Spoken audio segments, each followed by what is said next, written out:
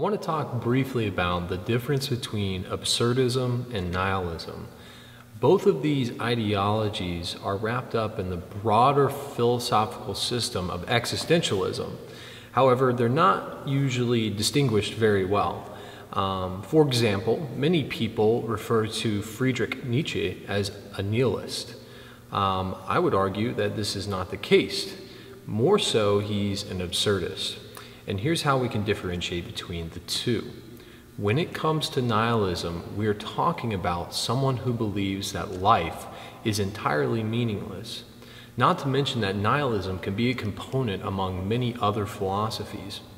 Now, when it comes to absurdism, it recognizes something similar, that life is meaningless on its own terms, that reality doesn't necessarily offer an objective meaning. However, for the absurdist, the task of figuring out the meaning of life is between that individual and the rest of the world. So they don't necessarily see life as utterly meaningless, but they find meaning on their own. In some respects, they're seen as tragic heroes. In the case of Nietzsche, we find his Uberman, or the Overman, who is someone that is rejecting all objective morals, moving beyond good and evil, if you will, for the sake of creating one's own new system of values, to find meaning in the world on a subjective level.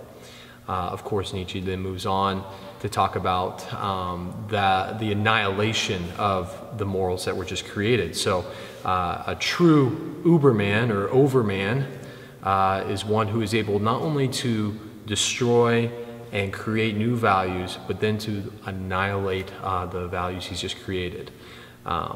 So it's a morality of becoming as opposed to a morality of being. So hopefully that gives you a little bit of an idea of the difference between nihilism and absurdism, and a little plug in there to let you know that Nietzsche wasn't necessarily a nihilist.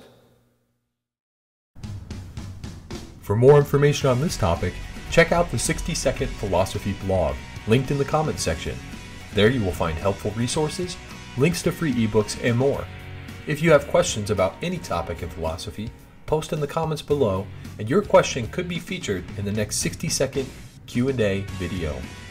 Subscribe and we'll study this together. Thanks for watching 60-Second Philosophy.